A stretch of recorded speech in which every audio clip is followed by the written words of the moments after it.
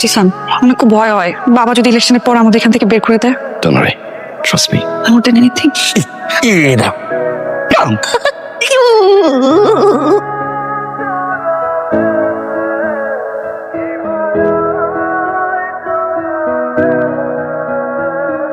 নির্বাচনের মাত্র 72 ঘন্টা আগে বড়সড় দুর্নীতি অভিযোগ উঠল হেভিওয়েট প্রার্থী আসলাম চৌধুরীর বিরুদ্ধে। টেন্ডার জালিয়াতি এবং অর্থ পাচারের অভিযোগে উত্তর দাবে।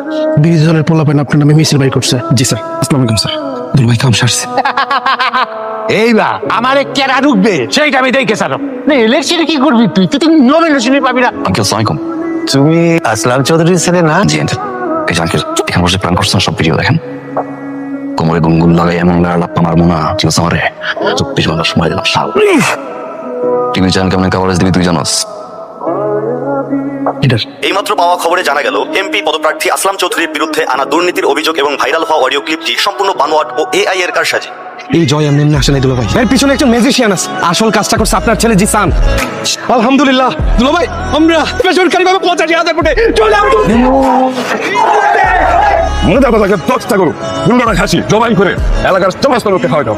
ঠিক আছে দুলাভাই, মনে থাকবে তো? একদম। কাকে কি দায়িত্ব দিচ্ছ? ও জীবনে কোনো ইভেন্ট ঠিকঠাক মতো করতে পেরেছে? মা টেনশন নিচ্ছে কেন? আমি তো আছি। ডেকোরেশনের ফুল প্ল্যান আমি আর পার করবো। হ্যাঁ, আমি অনেক ভালো করে প্ল্যান করতে পারি। কিন্তু ওদেরকে বলে দাও কাল সারাদিন যেন রুমে থাকে।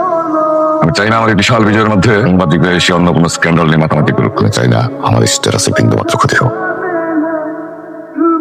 অর্থ সুন্দর মতো সামলাচ্ছেন, ঘরটা সামলাবে কে? এমপি সাহেব। সেন্টোমা এমপি সাহেবকে বলে দিও আমি আর আমার ওয়াইফ খাঁচায় বন্দি থাকা কোনো পাখি না। উনি আসলাম চৌধুরী হতে পারে, আমিও দিশান চৌধুরী। দিশাস, বাবা একটু বোঝার চেষ্টা করো না। এরকম ফাঁকা করো না বাবা। বাবার কথা মাইন্ড করো না। বাবার বয়স হয়েছে, বাবা কত প্রেশারে থাকে। এটা থেকে বড় তো তুমি তোমার বাবা।